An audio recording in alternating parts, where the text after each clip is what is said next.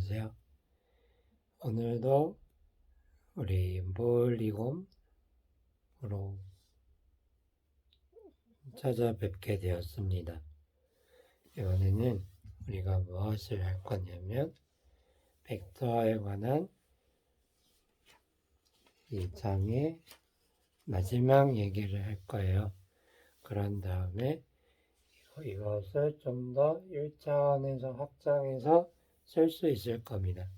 여러분들이 이거를 잘하면 농구 좋아하시나요? 농구공이 그냥 별 탈 없이 어떤 각도로 쏘아 올릴 때 그려지는 포물선 운동을 여러분은 손으로 쓱쓱 쓸 수 있게 될 겁니다.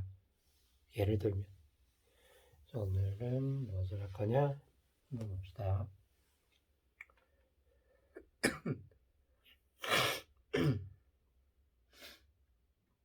죄송합니다. 저번에 얘기했었듯이 덧셈, 뺄셈 이렇게 있는데 이것에 대해서 한번 생각을 해봤는지요? 벡터가 이렇게 있고 자 여기서 이거 퀴즈를 확장한 건데 그 다음 벡터가 뭐가 있겠지? 이 두 개를 더 할 수 있을까? 아무튼 이렇게 할 수 있을까라고 물을 수 있어요. 근데 이거는 그냥 숫자적으로 보면은 이거를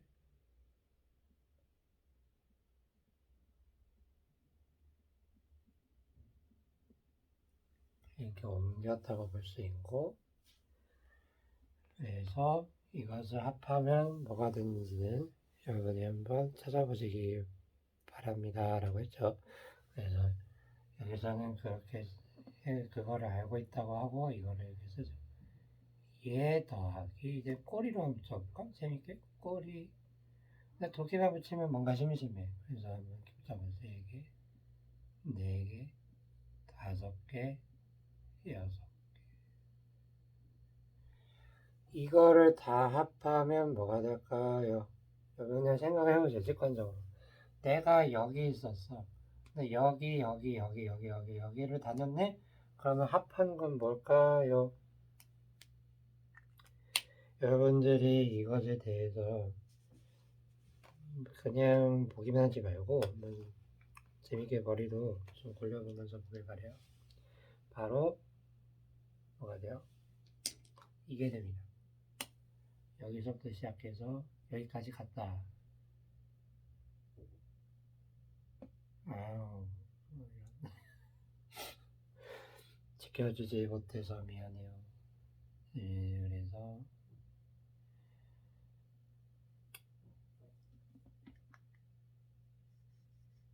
이렇게 하면 되겠다.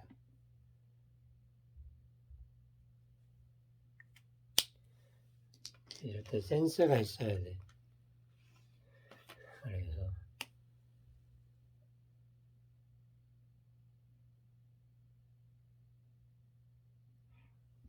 겨우 그렸는데 이 모든 걸 더하면 이렇게 돼요. 그치? 여기서 이제 이 뭔가 전체의 보라를 이걸로 빼면 뭐가 될까요? 이거는 여러분이 곧바로 알 수 있을 것이기 때문에 저는 여러분들을 믿고 그냥 넘기도록 하죠. 여기서 이걸 빼면 뭐가 될까요? 라고 저는 말을 해봅니다.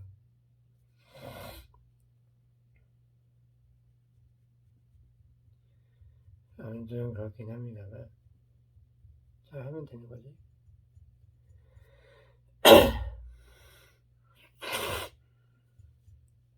그래서 이것이 다름이 아니라 벡터를 연산하는 거를 우리가 할 거예요. 벡터와 벡터끼리 두 개의 항을 합친다. 그래서 수학적으로도 이게 중요해요. 두 개를 뭔가 뿅 해가지고 머리에 뿅 대응을 한다. 이항연산이라고 해요. 연산을 정리해보죠. 일단 우선적으로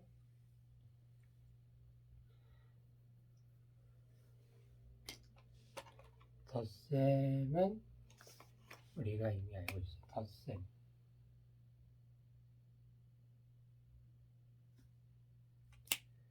덧셈이라고 합시다. 뺄셈은 덧셈의 역산이기 때문에 거꾸로 연산했다고. 그래서 덧셈만 써도 돼요. 덧셈.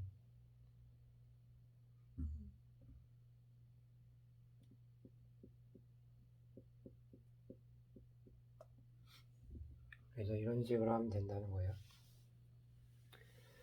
그렇다면 선생님, 이거 지워도 되지? 곱셈, 나눗셈? 나눗셈을 먼저 말하면 그 자체를 정의하기가 좀 모호한 부분이 있어서 명확한 식으로 정의 같은 그런 걸 하지 않고요. 제 경험이 선생님만 믿고 따라가. 곱셈이라는 게 이거를 좀 탐구를 하다 보니 이게 만들 수 있는 게 있다는 거예요. 그래서 이게 뭘까요? 영어로 여기선 product, 쌓는다 라는 말로 씁니다. 곱셈을 보면 뭐 될까요? 그래서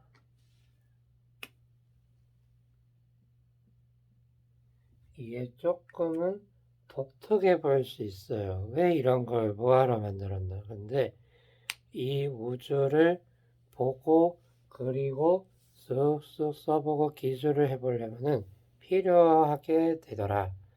수학적으로도 정의를 실제로 하고 수학 쪽에서. 그래서 이번엔 이렇게 보도록 할 거예요. 뭘 볼 거냐면 사람들이 하다 보니까 뭐가 있었냐면 자, 이것도 만들어내는데 얼마나 시간이 걸렸을까요? 역사적으로. 그래서 우리는 그냥 받아들이면 안 되겠지? 그래서 뭐 이런 것도 이제 알려줘야 돼, 말아야 돼. 곱셈은 크게 안쪽으로 곱한다고 해서 내적, 그리고 바깥으로 뭔가를 낸다고 해서 외적이라는 한참 말로 걸립니다. 얘는 inner product, 얘는 outer product라고 해요. 우리가 보통 덧셈, 뺄셈, 곱셈, 나눗셈 할 때 이런 기호를 쓰듯이 여기서도 그런 기호가 있어요. 얘는 조금 골직한 점을 써요. 닷이라고 합시다. 닷. 그래서 얘를 닷 프로덕트라고 하고 얘는 좀 특이해서 크로스 프로덕트라고 해요.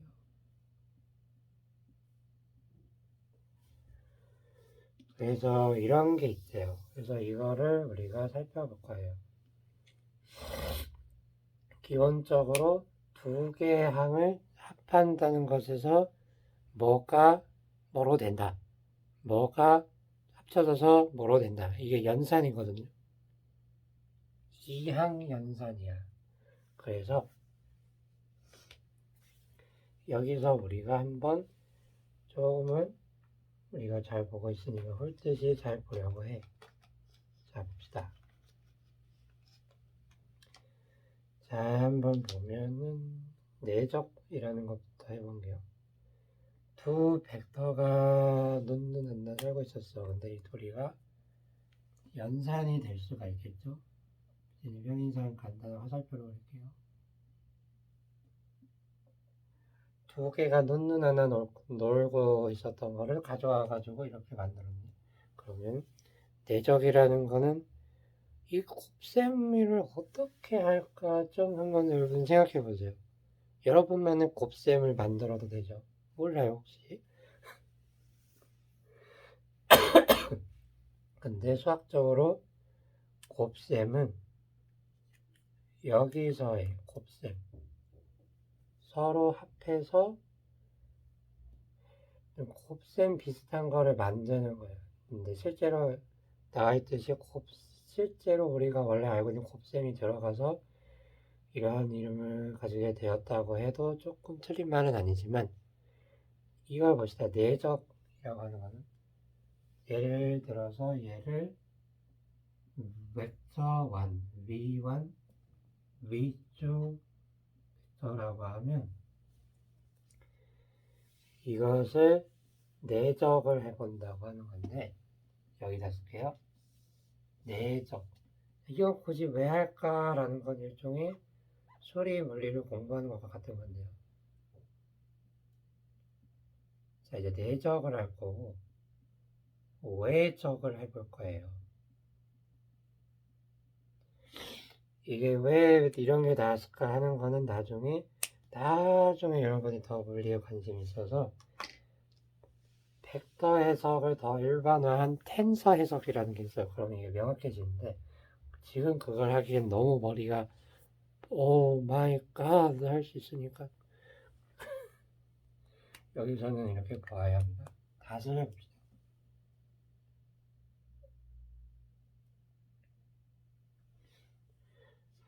닷을 조금 진하게 적었지만 잘 눈에 보이라고 v1 닷 v2 참고로 아래 참자를 이건 약간 여담에 서브라고 해요. 아래 있다 좀 얘를 v sub 1 닷 v sub 2라고 하면 돼요. 봅시다. 이거를 어떻게 적용하느냐면 기하학적으로 라고 말을 해요. 공간적으로 시공간까지는 아니죠. 아무튼 공간적으로 얘를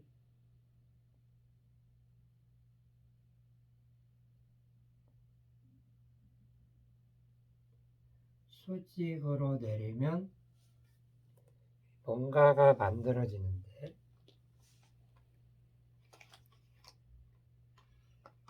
어떤 걸 쓰는 게 좋을까? 이거를 그림자 같은 거라고 합시다. 그럼 뭐가 이런 게 되겠지. 그리고 혹시 해가지고 여기 눈에 띄기를 안 해도 안 해도 그런 법은 없는데 이렇게 돌아가는 각도가 세타라고 해요. 세타 그리스 문자예요.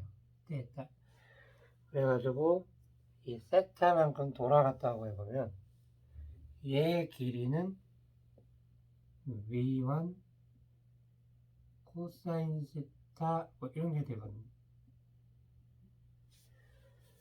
이런 식으로 곱셈을 하자는 거예요. 그냥 이거는 그냥 참고로만 보세요. 자, 얘를 뭐라고 정의하냐면 B1에서 B2로 오르소고널 좀 수직으로 이런 뜻이 오르소고널 그리고 이걸 내렸다 해서 프로젝션 아마 고등학교 수준에서 본 분들은 정사형이라고 부르는 게 바로 이거예요. 오르소고널 프로젝션 그래서 이게 그렇게 되고요. 그래서 이거를 적기를 이런 식으로 안쪽으로 내가지고 곱셈을 할 수 있다 라는 뜻으로 내적을 다음과 같이 정의합니다. 잘 보세요. B1을 갑자기 뭐야 이거 해가지고 당황할 필요 없어요. 이게 뭐냐면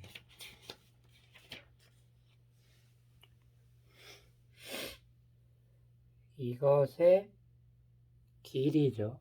잘 봅시다. B1을 B2 쪽으로 내렸다고 해서 이렇게 불러요. 이거는 그냥 실제로 이렇게 쓰지는 않고 강조를 위해서 제가 쓴 거예요.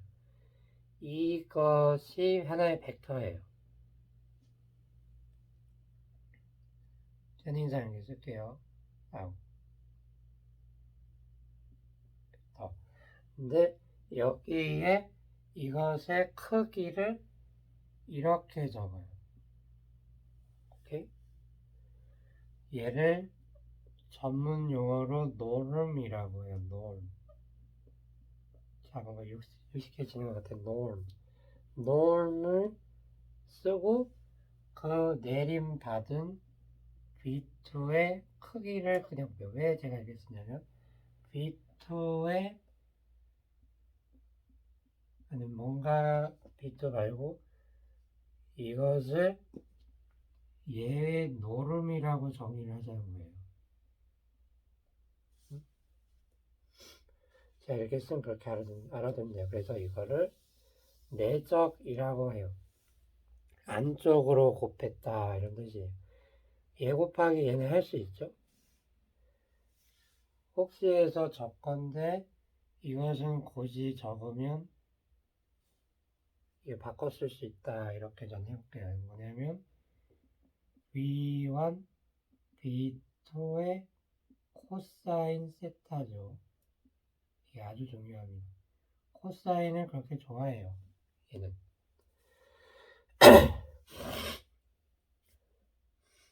그래서 이것이 내적의 정의예요.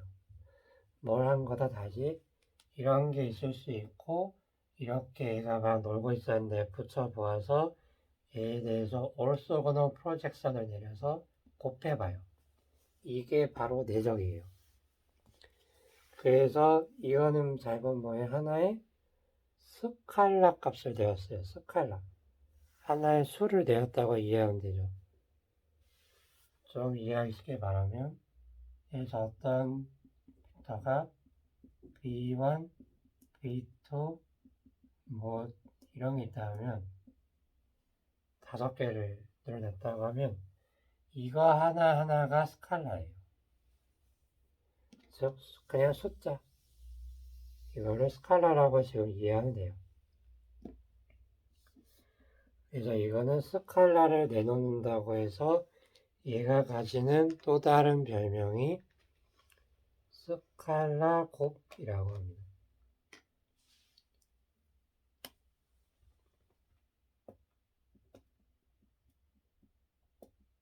스칼라를 내놓는 연산이라는 뜻이에요. 그래서 스칼라 곱, 스칼라 프로덕트 이렇게 부르면 그만입니다. 여기까지 해도 잘한 거고 이게 도대체 어디에 쓸까 궁금할 수 있는데 이것에 대해서 다음에 이어서 해보도록 하죠.